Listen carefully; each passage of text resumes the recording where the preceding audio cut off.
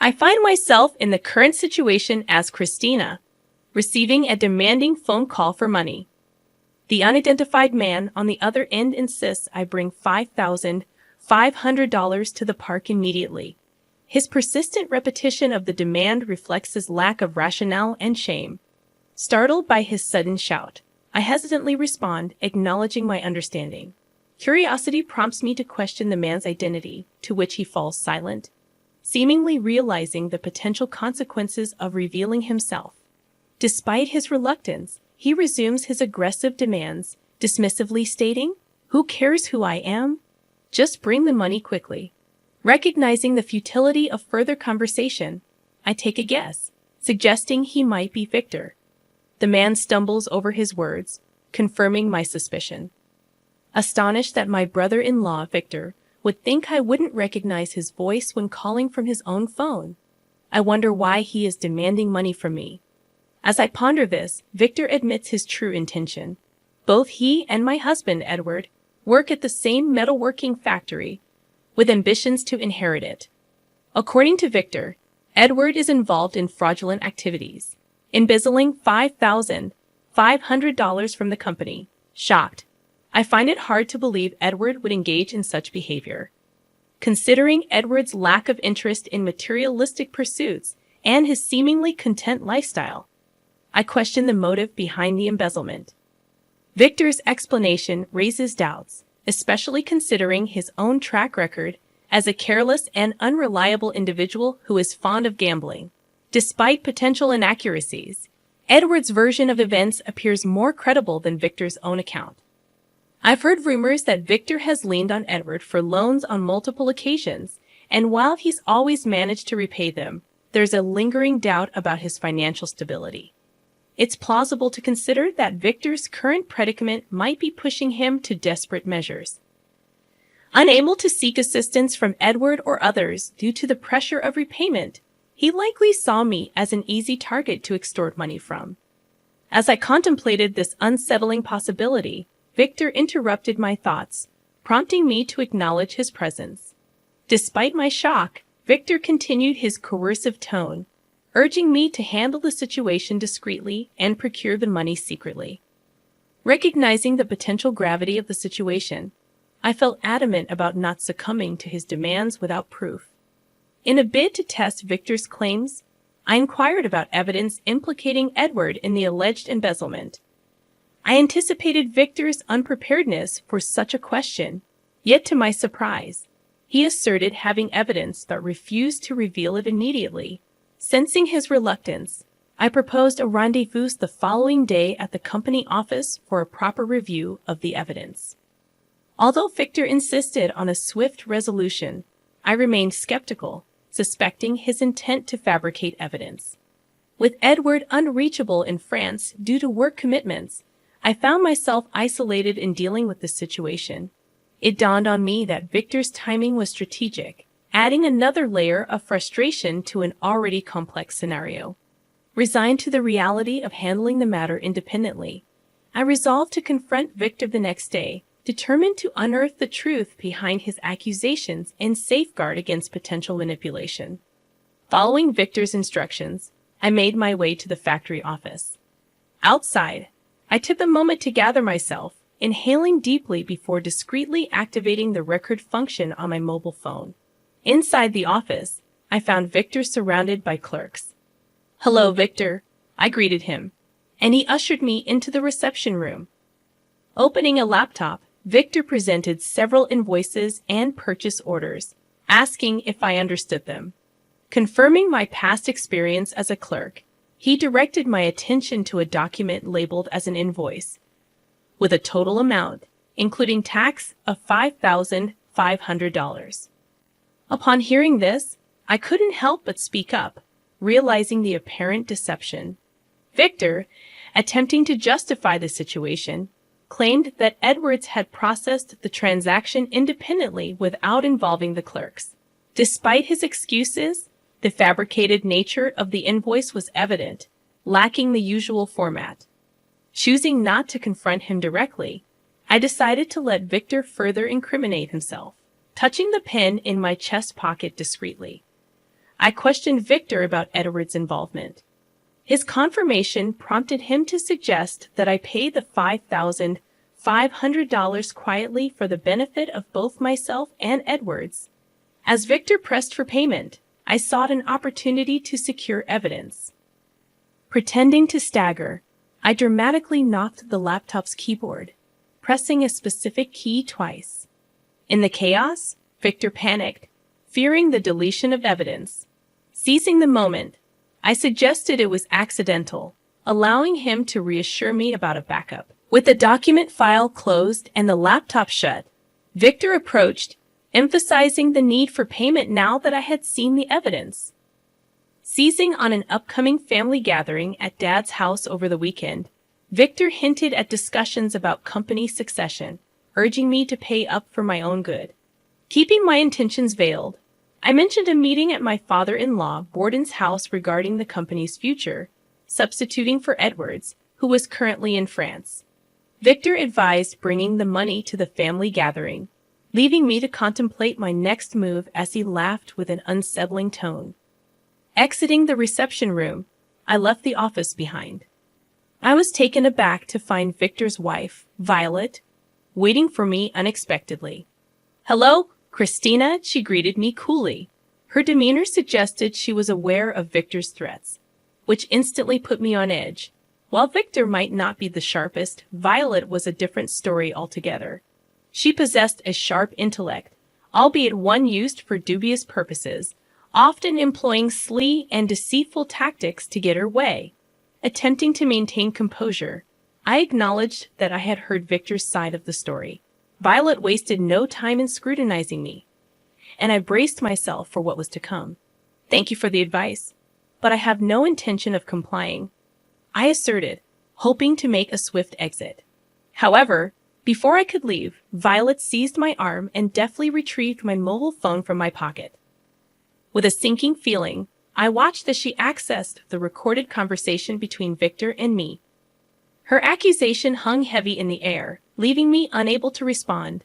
As she deleted the incriminating evidence, I realized the gravity of the situation. But Violet wasn't finished yet. She proceeded to play a personal conversation between me and my mother, twisting its innocent context into something sinister. Her whispered insinuations struck fear in me, and I found myself speechless and powerless in her presence.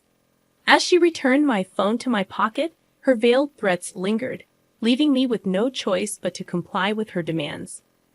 With the recording erased and her leverage secured, Violet slipped away into the office, leaving me to grapple with the unsettling reality of her manipulation. It became clear that she might have been the mastermind behind Victor's actions all along, urging him on from behind the scenes. As I composed myself, I realized the need for caution in navigating this treacherous situation. Without hesitation, I sent Victor a terse message. "I'll pay the money." It was a concession made under duress, a temporary solution to a much larger problem.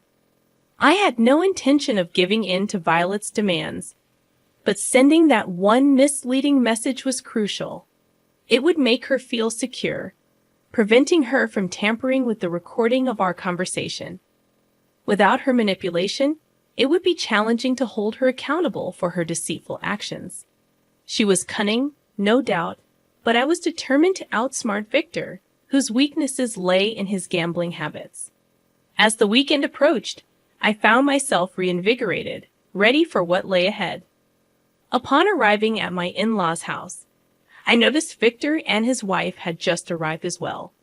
Victor wasted no time in approaching me about the money, but I suggested discussing it elsewhere, considering the presence of relatives. Thankfully, Violet's interruption provided me with the opportunity to escape momentarily, seeking refuge with my mother-in-law. Engaging myself in various tasks assigned by her, I observed the gathering unfold. When Borden, my father-in-law, took center stage to discuss the future management of the company, Victor's eagerness betrayed his lack of composure. His enthusiasm was quickly dampened by Borden's calm demeanor, revealing Victor's inadequacies to the amused audience. As the meeting progressed, I was asked to display a video showcasing the company's performance. Recognizing this as my moment, I prepared to unveil my plan. Connecting the laptop to the TV, I discreetly inserted a memory card containing incriminating audio recordings. With Borden's approval, I projected the video on the TV while playing the audio simultaneously. Victor's threatening voice echoed through the room, causing him to panic. Despite his attempts to halt the playback, Borden insisted on hearing it in full.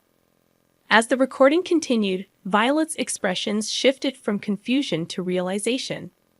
The audio she believed she had erased resurfaced, exposing her involvement in our altercation. With a smirk, I watched as the truth unfolded, knowing that Violet's deception had been laid bare for all to see. I wasn't taking any chances when meeting Victor. I took thorough precautions. While recording audio on my mobile phone is standard, I also brought along a pen-shaped IC recorder as a backup.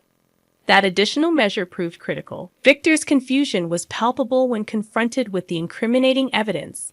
He faltered, unable to conjure up a plausible excuse, revealing his lack of cunning.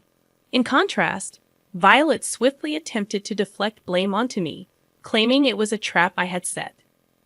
Borden's scrutiny fell upon me, prompting me to recount the truth. Victor and Violet had indeed threatened me over Edward's owed funds.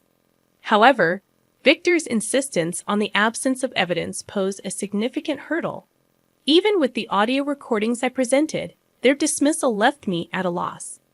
As Victor and Violet vehemently denied the accusations, I seized upon an opportunity, requesting to examine Victor's laptop. I hoped to uncover the incriminating document file.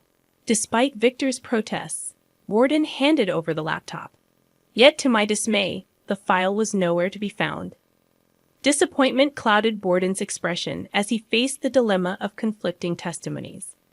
Victor and Violet wore smug smiles, convinced of their victory.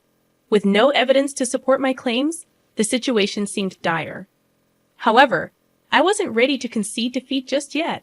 With a last-ditch effort, I urged Borden to check the screenshot folder, explaining its function to capture screen images. The tension in the room escalated as all eyes turned to Violet, awaiting the outcome. I noticed a subtle change in her expression. It seemed she grasped the implication.